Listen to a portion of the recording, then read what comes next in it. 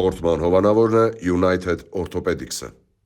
Բարև ձեզ, եթերում իմունիտետ հաղորդաշարն է, ես բժիշկ Գրիգոր Ավետյանն եմ։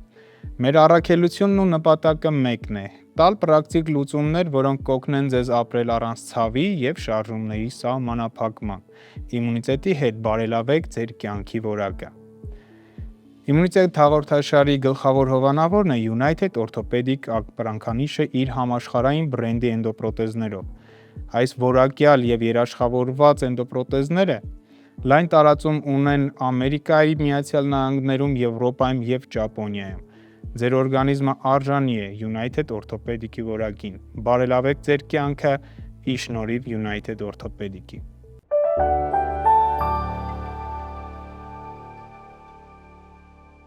Այսօր խոսելու ենք մի շատ հետաքրքիր հարցի մասին, որը կոչվում է սպորտային վնասվածքաբանություն։ Սակայն սպորտային վնասվածքները արդեն վաղուց չեն վերաբերվում միայն սպորտսմեններին, այլ ավելի շատ կիրակնօրյա սպորտսմեններին, այն մարդկանց, որ ամբողջ շաբաթվա ընթացքում նստում են իրենց աշխատասենյակներում, զբաղվում են իրենց առօրյա կյանքով, կենցաղային կյանքով և արդեն իսկ հանգստյան օրերին որոշում են ինչ-որ սպորտային միջամտություններ ունենան իրենց կյանքում, օրինակ սպորտ, ֆուտբոլ, ֆիթնես, թենիս կամ նմանատիպ բաներ, և դրանք հանգեցնում են որոշակի վնասվածքների։ Այս խնդիրների մասին իմունիտետի տաղավարում կխոսենք սպորտային վնասվածքաբան օրթոպեդ Հարություն Շախուլյանի հետ։ Բարև ձեզ, պարոն Շախուլյան, շնորհակալություն հրավերն ընդունելու համար։ Բարև ձեզ, շնորհակալ եմ հրավիրելու համար, շատ ուրախ եմ ձեր ստուդիայում գտնվելու։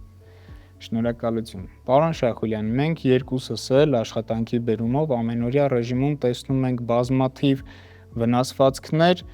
որոնք մտնում են սպորտային վնասվածքաբանության մեջ, բայց մեր պացիենտները բացարձակապես սպորտսմեններ չեն։ Ինչ կասեք դրա մասին։ Դուք հաղորդման սկզբից շատ լավ ընդգծեցիք կիրակնօրյա սպորտսմեններ տերմինը։ Ցավոք թե բարեբախտաբար մի քիչ հարաբերական է, ունենք շատ լավ տենդենց մարդկանց սպորտով զբաղվելու, բայց ունենք դրա հակառակ կողմը, երբ որ մարդը զբաղվում է ոչ իրեն համապատասխան սպորտով կամ իրեն ոչ համապատասխան ծանրաբեռնվածության սպորտով, այսինքն սպորտը կարելի է, բայց ծանրաբեռնվածությունը իր օրգանիզմի համար слишком շատ է։ Իսկ կան որոշակի ախտանիշներ կամ ավելի ճիշտ կան հստակ տեղակայումներ, որոնք մենք ամենաշատն ենք ունենում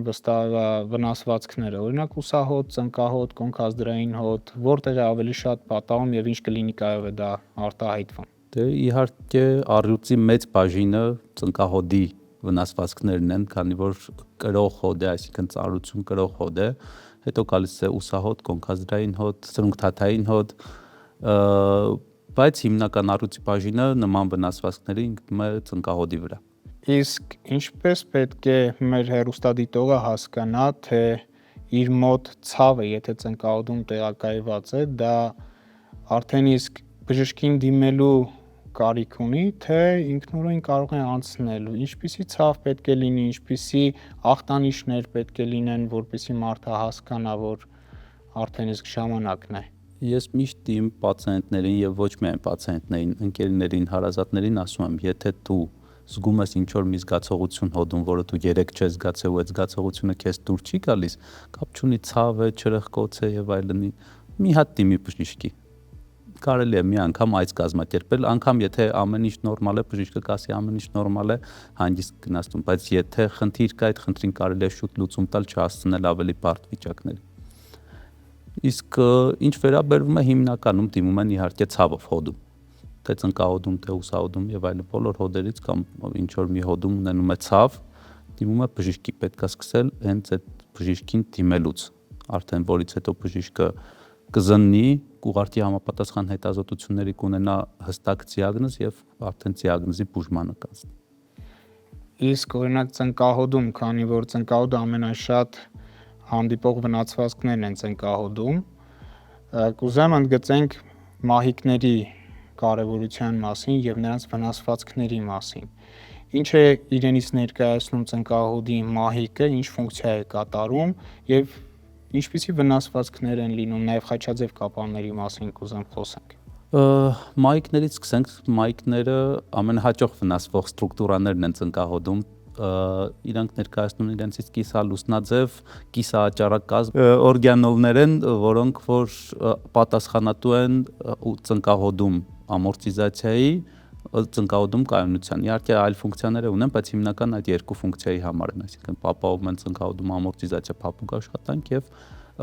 որոշակի կայունություն են ապահովում ծնկահոդում։ Իսկ ում մոտ է ավելի հաճախ դա վնասվում եւ ինչ ախտանիշներ են ունենում։ Ինչպես պետք է օրինակ հեռուստադիտողը կասկածի կամ մտածի, որ իր մոտ օրինակ մահիկների վնասվածք կա։ Դե հաճախ հանդիպում են բնականաբար սպորտսմենների մոտ երիտասարդ տարիքում եւ բարձր տարիքում։ Ու նման օրինաչափություն է կա մեծ տարիքով մարդկանց մոտ ավելի հաճախ հանդիպում է կանանց մոտ, իսկ ավելի երիտասարդ տարիքում տղամարդկանց մոտ։ Իսկ զգացողությունը բնականաբար ցավն է, որոշակի ձայներ հոդում, որտեվ բոլոր ձայները տարբեր են, ամեն մարդ տարբեր է լսում, մեկի համար դա չրխկոց է, մեկի համար դա շխշխկոց է եւ այլն, այսինքն որոշակի ձայն, որը որ ինքը չպետք է լսի այդ հոդում։ Ու զգացողություններ, այսինքն ծունկը լրիվ չի ծալվում, ամբողջությամբ չի զատվում, անպայման պետք է դիմել բժշկին կասկածով, որ ունի մայիկների վնասում։ Նաև գիտենք աստիճանների ախտանիշ է, խնդրեմ դրա մասին էլ ներկայացնեք։ Դե շատ հաճախ մայիկների մանավանդ միջային մայիկի վնասման պարագայում միշտ տարբերություն կա աստիճան իջնելը ավելի ցավոտ է, քան բարձրանալը։ Այդ հետաքրքիր օրինաչափություն է, որը որ մարդիկ համարյա միշտ նշում են։ Իհարկե, բայց ոչ միշտ։ Շատ հետաքրքիր։ Իսկ ինչ ժամանակակից բժշկությունը ինչ լուծումներ է առաջարկում եւ միջև լուծումները եկեք խոսենք նաեւ ախտորոշման մասին։ Ինչպես է ախտորոշում։ Լավ, եթե պացիենտը ունի ծնկահոդում ցավ, մոտեցել է ձեր կլինիկա, մոտեցել է ձեզ, ինչ հերթականությամբ է նա անցնում, ինչ փուլեր է անցնում եւ ինչպես է հասկանում, ինչ խնդիր ունի եւ հետագա լուծումները ինչպիսին են լինելու։ Սկսվում է անմիջապես հենց այն պահից, երբ որ պացիենտը մտնում է սենյակ։ Մտավ անգամ քայլվածքը կարող է մեզ ինչ-որ մի բան հուշել։ Թե ոնց է քայլում, ոնց է մոտենում ձեզ, ոնց նստեց ձեր դիմաց, մի ոտը դրեց առաջ, թե ամբողջությամբ նստեց, այսինքն ամեն ինչը մեր համար որոշակի նյուանսներ են, ինչից մենք կարող ենք արդեն ենթադրություն անել։ Այնուհետև սկսվում է բժշկի ու հիվանդի անմիջական կապը, այսինքն խոսում ենք, հասկանում ենք ինչ է զգում նա, որից հետո անցնում ենք շոշափմանը ծնկի ու որից հետո արդեն շոշափումից վերջնական ենթադրություններ անելով ուղարկում ենք այս կամ այն հետազոտությունների, ռենտգեն, սոնոգրաֆիա, MRT ու որոշ դեպքերում նաև ԿՏ։ Պրինցիպի այդքանն է մեզ պետք հոդի մասին լրիվ ինֆորմացիա ունենալու համար, սրանցից կամ մեկը կամ մի քանիսը։ Գիտեմ, որ ժամանակակից բժշկությունը արդեն իսկ առաջարկում է շատ հետաքրքիր լուծումներ, ատրավմատիկ լուծումներ, առանց մեծ կտրվածքների։ Օրինակ էնդոսկոպիկ վիրաբուժության մասին է խոսքը։ Կա արդյոք ծնկահոդի նմանատիպ մեթոդ, որը առանց կտրվածքների էնդոսկոպիկ եղանակով կատարում եք վիրահատություններ։ Մի քանի խոսքով դա ներկայացրեք։ Իհարկե հաղորդման ֆորմատից ելնելով դուք այս հարցը տալիս եք, բայց դուք էլ լինելով արթրոսկոպիստ, եթե կարելի է այդպես ասել, ունենք իհարկե ժամանակակից, իհարկե դժվար է ժամանակակից ասել, որտեղ 1919 թվականից արդեն արթրոսկոպիան կա բժշկության մեջ, բայց եթե ընդունենք, որ ինքը ժամանակակից կամ տեխնոլոգիա կախյալ հետազոտություն է համ վիրաբուժական միջոց, այո ունենք մանավանդ ներհոդային խնդիրները շատ ավելի հեշտ ու շատ ավելի արդյունավետ է լուծել արթրոսկոպիկ եղանակով, այսինքն փոքր կտրվածքներով, կամերայի եւ փոքր գործիքների օգնությամբ մտնել հոդի մեջ, գտնել խնդիրը, չնայած նախապես իմանալով գործիքային հետազոտությունների արդյունքում, գտնել խնդիրը, այդ խնդրին լուծում տալ։ Արդեն ինչ լուծում կտանք, թե մայիկների ինչ վնասված կհայտնաբերենք, թե կապանների ինչ վնասված կհայտնաբերենք, արդեն հասկանում ու պատրաստված գնում ենք, բայց նաև վերջնական հասկանում ենք հենց բուն վիրահատության ընթացքում։ Սիրելի հեռուստադիտողներ, հիշեցնեմ, որ մեր հաղորդման գլխավոր հովանավորն է United Orthopedic ապրանքանիշը իր համաշխարհային բրենդի էնդոպրոթեզներով։ United Orthopedic-ը լավագույն ընտրությունն է ձեր վստահ քայլքի ճանապարհին։ Այս էնդոպրոթեզները ունեն եվրոպական, ամերիկյան եւ ճապոնական որակավորման բոլոր սերտիֆիկատները։ Ընտրեք լավագույնը ձեզ համար։ Իսկ մեր գործընկերոջ հետ կարող եք կապ հաստատել ներքոնշյալ համարով։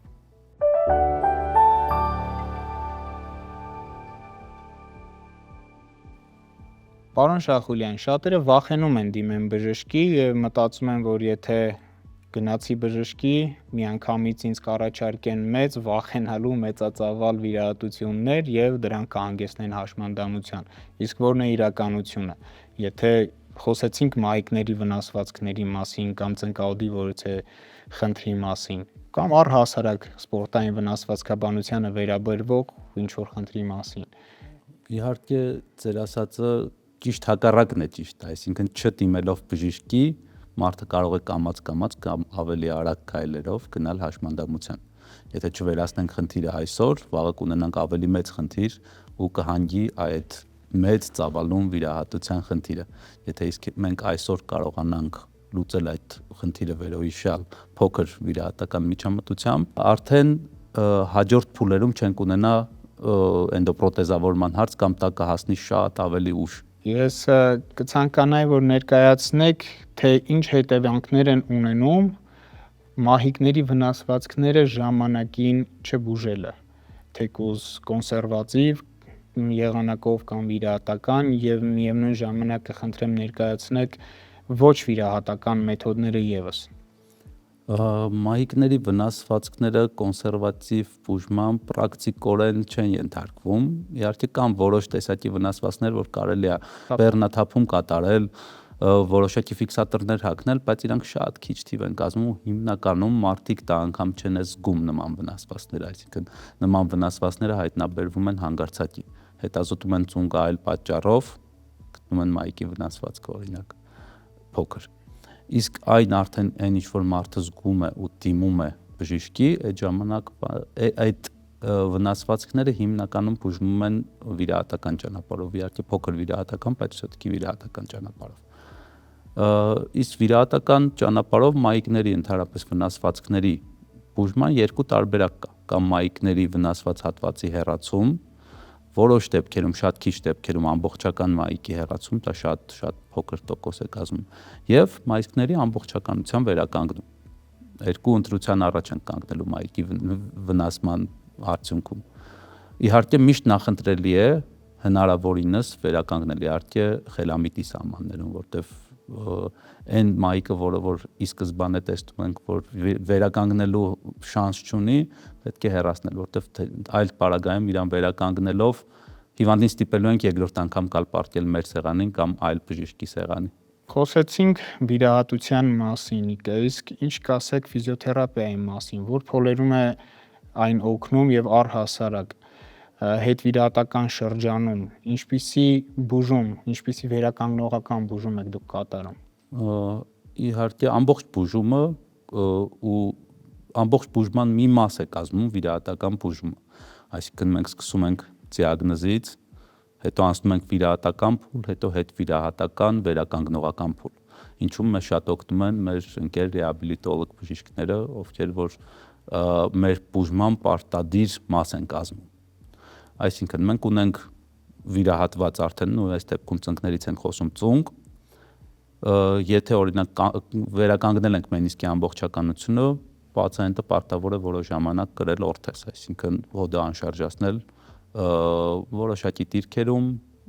պահպանել անշարժ ռեժիմ ու չհենվել ոտքի վրա, որից հետո արդեն մենք հանձնում ենք մեր պացիենտին ռեաբիլիտոլոգներին։ Նրանք սկսում են աշխատել ծունկը ծալելու, վերականգնելու, մկանային անպայման մկանային ապարատի վերականգնվելու համար, որտեղ եթե չվերականգնեն մկանային ուժը, երկրորդային վնասումների հաճախականությունը շատ է բարձրանում։ Մոտավորապես չվերականգնած մկանի պարագայում 90% բարձրանում է մահիկի կրկնակի վնասվելու հավանականությունը։ Ու արդեն նոր, երբ որ ավարտում է հիվանդը ռեաբիլիտացիոն փուլը, համարվում է ամբողջովին բուժված։ Ոչ թե այն, որ մենք վիրահատեցինք, всё ինքը բուժված է, չէ։ Բուժումը ունի բազմապրոֆիլ ընթացք։ Դուք նաև ֆուտբոլային ակումբում եք որպես բժիշկ եւ ունեք շատ ֆուտբոլիստներ որոնք հետագայում նաև հայտնում են ձեր մոտ որպես պացիենտ։ Ինչ կասեք տարբերությունը ֆուտբոլիստների մոտ, երբ մահիկներն են վնասվում կամ կապանային համակարգը եւ հասարակ մարդու դեպքում, այն մարդու, որ չի զբաղվում պրոֆեսիոնալ սպորտով, կամ մոտեցումների տարբերություն, թե ամեն դեպքում նույնն է։ Ընդհանրապես կարելի ասել կարդինալ փոփոխվում է բժշկությունը սպորտսմենի ու ոչ սպորտսմենի մոտ, թե հոգեբանական տեսանկյունից, թե պահանջների տեսանկյունից, թե արագ վերականգնվելու տեսանկյունից։ Այսինքն սպորտսմենը միշտ պահանջում է, դրա համար են իրանք համարվում շատ դժվար պացիենտներ, ինքը միշտ պահանջում է օր շուտ վերադառնա դաշտ։ Օրինակ, մենք ունեցել ենք, ես անձամբ ունեցել եմ պացիենտ սպորտսմեն, որ կարող է վերականգնել մենիսկի ամբողջականությունը, բայց ինքը մի քանի շաբաթ պիտի մնար օրթեզով։ Ինքը թիմի տնօրենը, տրեներն ու մարզիչները ստիպեցին, որ մենք այդ մենիսկը հեռացնենք, հասկանալով, որ չգիտեմ 40 տարեկանում այդ սպորտսմենը կունենա արթրոզ, այսինքն ծունգը արդեն իր մաշված կլինի։ Բայց այսօրվա համար իրանց ապագա առողջությունը դնում են վտանգի առաջ, իրանց անհրաժեշտ է օր շուտ վերադառնալ դաշտ։ Շատ դժվար կոնտինգենտ է սպորտսմենները, ընդհանրապես սպորտսմենների հետ աշխատելը շատ դժվար է։ Ամեն քայլը պետք է հաշվարկած լինի, ամեն արարքդ պետք է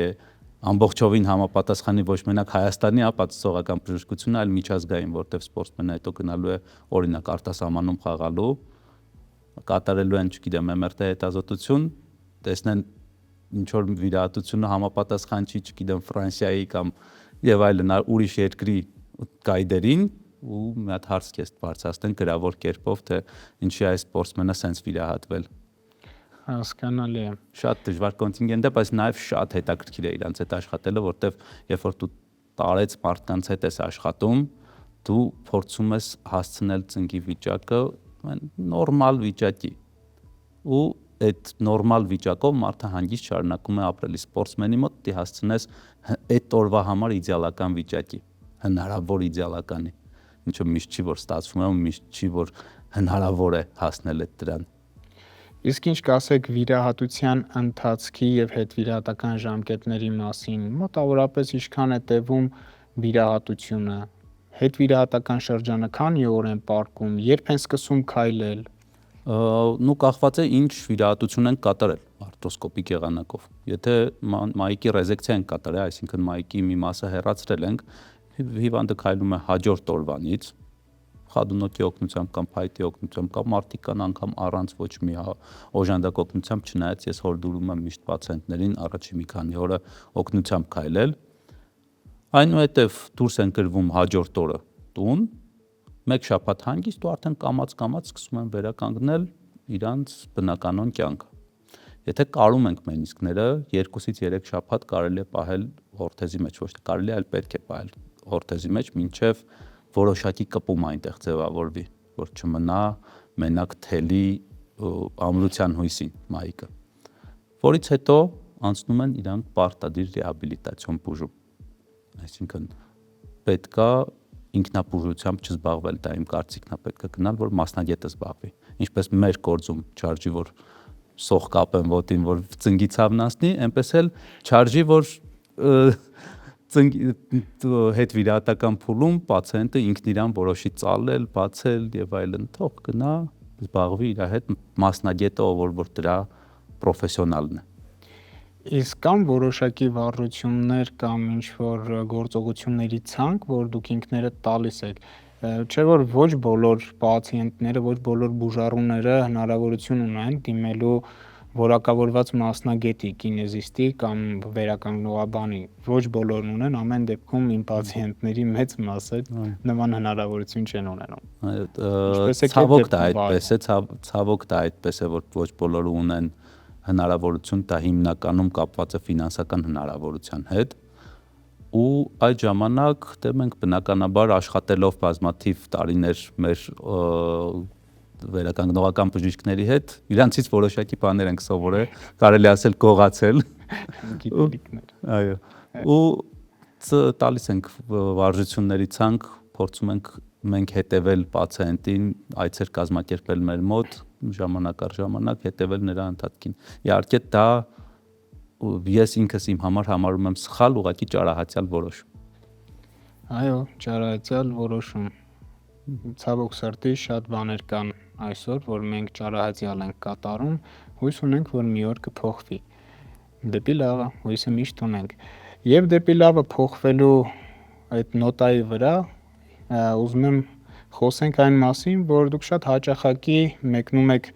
տարբեր ուսումնական ծրագրերի, մեկնում եք արտերկիր, վերջերս էլ գտնվում եք Մոսկվայում, օրթոպեդիա եւ վնասվածքաբանության ինստիտուտում եւ անցնում եք կադավեր կուրս, կրկին արթրոսկոպիայի եւ սպորտային վնասվածքաբանության վերաբերյալ։ Ինչ կպատմեք այդ կուրսի մասին, ինչ նորություններ, ինչեր սովորեցիք եւ ինչ բերեցիք ձեր հետ, որը կծառայի մեր ժողովրդին։ Ցանկացած վերապատրաստում անգամ մի փոքր, թեկուզ այդ ամբողջ վերապատրաստման ընթացքում մի բան էլ սովորում ես, թեկուզ մի բան սովորում ես, այդ արդեն քո գիտելիքներում ինչ որ մի տարակի մի բաց տեղ լրացնում է։ Չնայած կոնկրետ այս վերջի արթրոսկոպիկ վիրաբուժության կուրսը մի բան չէր, շատ բաներ տվեցին, շատ մանր նյուանսներ ենք այնտեղ սովորում, որը որ ավելի փորձառու մասնագետները, ովքեր ավելի շատ են վիրահատում, ավելի շատ են խնդիրների առաջ կանգնում, կիսվում են իրենց խնդիրներով, որ դու մյուս երկրորդ անգամ չկրկնես, երկրորդ չէ, առաջի անգամ լավ չեղավ, որ դու էլ այդ սխալը չկատարես կամ այդ սխալ ուղով չգնաս, որ չունենաս այն խնդիրը, որը ինքն է ունեցել։ Ու նման գործառույթները, այսինքն վերապատրաստումների հաճախելը օգնում է քիչ սխալվելու, որտեղ անսխալական երևի բժիշկ չկա։ Երևի անսխալական են ովքեր որ չեն զբաղվում բժշկական գործունեությամբ են բժիշկները։ Բժիշկ Շախուլյան, մենք կարծես թե բաց թողեցինք մի շատ կարևոր հարց, դրանք խաչաձև կապանների վնասվածքներն են, որոնք որ հանգեցնում են ծայրահեղ ծանր հետևանքների։ Խնդրեմ մի քանի խոսքով հակիրճ եւ հասկանալի ներկայացնեք այդ խնդիրները եւ դրանց լուծումները։ Ծնկահոդում ունենք երկու խաչաձև կապան, հետին եւ առաջային։ Հիմնականում վնասվում է առաջային խաչաձև կապանը, որը պատասխանատու է հոդում ստաբիլության համար։ Ու նման դեպքերում հիմնականում առաջային խաչաձև կապանների վնասման դեպքում, երբ որ խախտվում է հոդի կայունությունը, այդ ժամանակ ցանկալի պարտադիր է վիրահատական միջամտությունը։ Այդ պարագայում մենք վերցնում ենք օրգանիզմից մկանի, տարբեր ընտրությունների հնարավորություն ունենք, մկանի ջիլ, որը վերածում ենք կապանի ու տեղադրում ենք առաջային խաչաձև կապանի փոխարեն, ստանալով հոդում կայունություն։ Իսկ կան դեպքեր, երբ որ նաև մենք կարող ենք չգնալ վիրահատական միջամտության։ Օրինակ, մարդու պահանջները իր ծնկից պահանջները, այսպես ասած, թե ինչ է պահանջում ինքը իր ծնկից։ Եթե չունի ֆիզիկական ակտիվություն, եթե հոդում չի զգում ոչ ստաբիլություն, այդ ժամանակ կարելի է անգամ չվիրահատել խաչաձև կապանը։ Եվ իհարկե պետք է նշենք, որ մարդիկ կան, որ ծնվում են անգամ առանց առաջային խաչաձև կապանի։ Ուղղակի պետք է ճիշտ զարգացնել մկանային զանգված ունենալ, որպեսզի ծնկի կայունությունը չտուժի։ Իսկ սպորտսմենների պարագայում բնականաբար առանց առաջային խաչաձև կապանի ուղղակի անհնար է զբաղվել սպորտով։ Միանշանակ գնում է վիրահատական միջամտության։ Իսկ հետվիրահատական շրջանը ինչպիսին, ինչքան ժամանակ կպահանջվի, որպեսզի պացիենտը լիարժեք վերականգնվի։ Սպորտսմենը թե ոչ սպորտսմենը։ Այդ շատ կարևոր հարց է։ Երկուսի դեպքում էլ եկեք առանձին ասեմ։ Սպորտսմենների պարագայում 3 շաբաթ, իմ փորձից ելնելով 3 շաբաթ տեղադրում ենք անշարժացում, այսինքն անշարժացնում ենք ծնկահոդը, 3 շաբաթ հետո գնում է ռեհաբիլիտացիոն բուժման ու կարող է դաշտ վերադառնալ ոչ շուտ, քան 9 ամիսն։ Կան գրականության մեջ, որ կարելի է մի քիչ ավելի շուտ բան, բայց իմ կարծիքն է, որ անվտանգ ժամանակահատվածը դա մինիմալ ժամկետ 9 ամիս։